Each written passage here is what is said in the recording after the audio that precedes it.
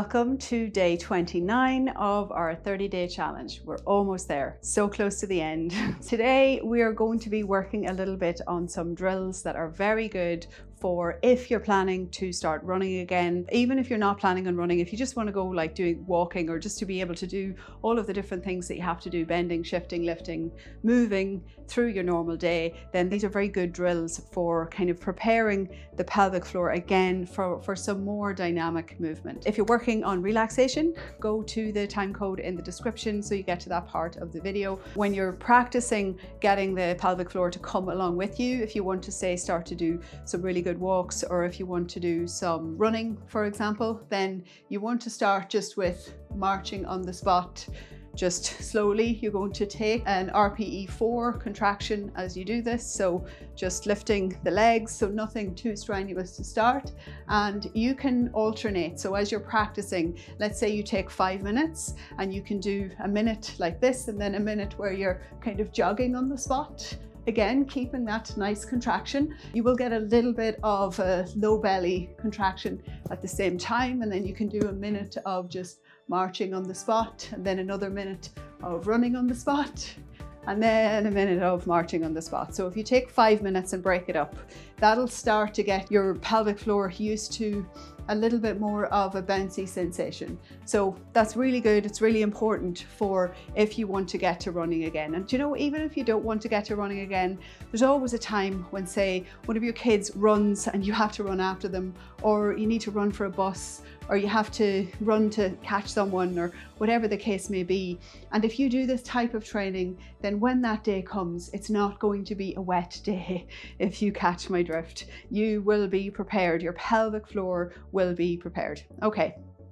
So we're not going to spend 5 minutes now doing those drills, but I want you to know that they're there and they're available to you. So after you've done those kinds of drills, what we're going to do next is high knees. Now, high knees, they're a little bit more dynamic. So what we want to do is take the hands out so that they are at a 90-degree angle right in front of us, and then we want to take the knees to hit the hands, and we're not going to do it slowly, we're going to do it quickly. So we're going to be like bouncing from one side to the other. Now, I want you to take a 5 or a 6 for a pelvic floor contraction as we do this. And we're going to do it, I'm going to count to 10 and then we're going to stop. One round is your left knee and your right knee both hitting your hand.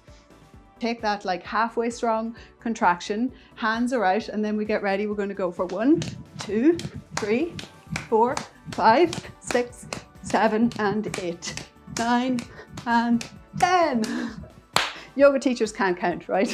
So it's really important that we don't know how to count, because we should be able to do as many of these as we want to. We're going to do another set of 10 as per the yoga teacher. So now, if you felt there any little bit of kind of weakness, or you felt like you were letting go, it might still be too early for you to do this. Work on some of the earlier things first. So build up to this. So maybe marching on the spot is the way to go, or you could actually just do it like this, so you're not actually jumping from one leg to the other. But what I'd really like is for you to get to the stage where you can do your high knees without there being any downward pressure. So take that strong pelvic floor contraction, hands are out, and we're ready. We're going to start with the left leg this time. Ready, and 1, 2, 3, 4, 5, 6, 7, 8, keep holding, 9, 10. Okay, I said we're going to start with the left leg, and then I didn't make contact with the left leg. That's okay. Okay, so that's the second drill. Now, you can do this outside. You can pick a 100-meter spot, and you can actually run while you're doing it instead of doing it on the spot. Same thing with the marching and the running pace. So when alternating, you can do it outside. If you're going to do it outside, do it on kind of soft ground if you can. Football pitches are great. The next thing we're going to do, I'll turn around for this one, is butt kicks. So for the butt kicks, now depending on your flexion, you might not reach your ass, but I want you to try to reach your bum. So we're going to put our hands on our backsides, and we're going to do the same thing, only we're going for kicking the hands. Now, again, we're going to take that 5 or 6 contraction in the pelvic floor, and you'll see when you take that, there's anyway, because you're standing, a little bit of activity in the lower abs, but we're not deliberately doing that. We're just going to take the pelvic floor contraction, and we're going to let the rest of the tension balance in the body. So, okay, we're going to go 1, 2, 3, 4, 5, 6, 7, and 8, 9, and 10. Okay, again, if your body isn't ready for this, then you're not going to do it yet. You're going to hold off and wait. We're going to do one more round of these as well. So put the hands on the back side, get ready. And as you can see, it takes me a little moment to get into it, but that's okay. We're going to go and 1, 2, 3, 4, 5, 6. Keep holding that pelvic floor. 9 and 10. There we go. Okay, give everything a little shake. Give the legs a little wiggle. Okay, so that is the strength portion of today's training. There are just some of the drills that you can do. And if you are working on trying to get back to strength training, trying to get back to running or anything that's really dynamic, maybe it's a Zumba class, maybe it's dancing, whatever it is that you're trying to return to, if you're not training your body to be able to do very many different dynamic and strong things where you can have the pelvic floor strength and the intra-abdominal balance of pressure to be able to manage your prolapse or your incontinence, then it's going to be very difficult to return to those things. And you want to be dry returning to those things, of course. Put a little bit of time and effort into building up strength in your body. Put a little bit of time and effort into building up endurance. Instead of starting with running, for example, start with walking. Start with walking at a slow pace over a short distance and then slowly build it up. So I hope that this is helpful. We're going to move now on to our relaxation. And for our relaxation today, we're actually going to do a supported Savasana. For this, you should have a bolster or a folded up blanket to put underneath your knees. So just make sure that the bolster is even. These things have a tendency to become very one-sided. And we're going to just bring the body so that the legs are about mat width apart. You're going to allow yourself to just lie down. Let the shoulders relax onto the floor.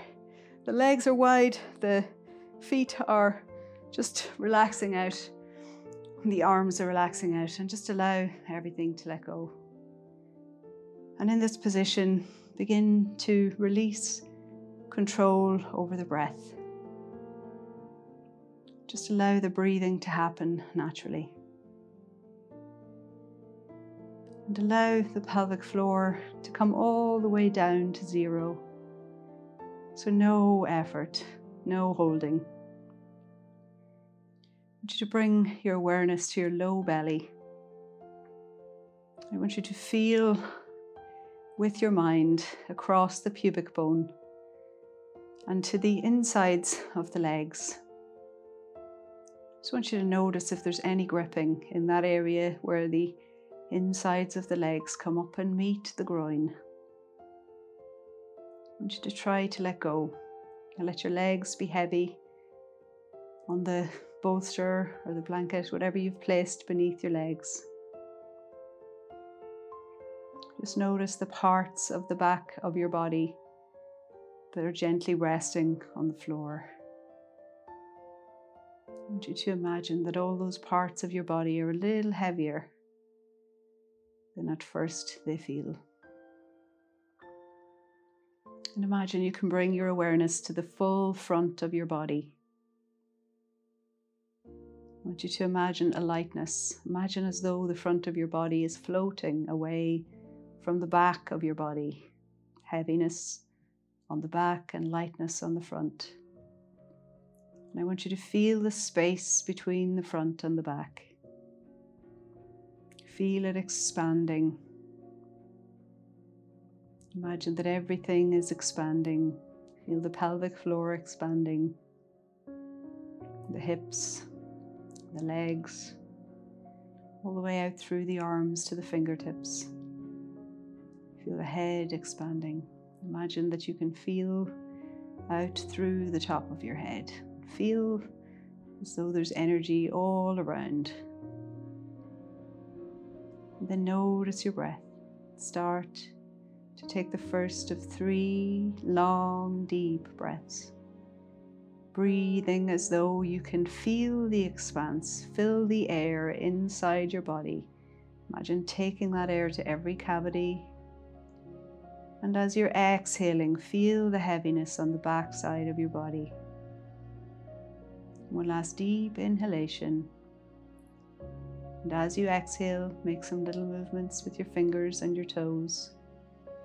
And then just bring your hands under your legs, bring the legs up onto the bolster, and hug the knees in towards the chest. Give yourself a little hug. Rock a little from side to side. Swap the arm that's on the top. And then come back up to a seated position. So we're almost there. I hope that you enjoyed today's dynamic little class. I hope that the lessons that are in this class are things that you can bring with you, tools that you can use to bring yourself back to doing the things that you long to do. And I wish you a really lovely day, and hopefully you will still be here tomorrow for the last and final day of our 30-day challenge.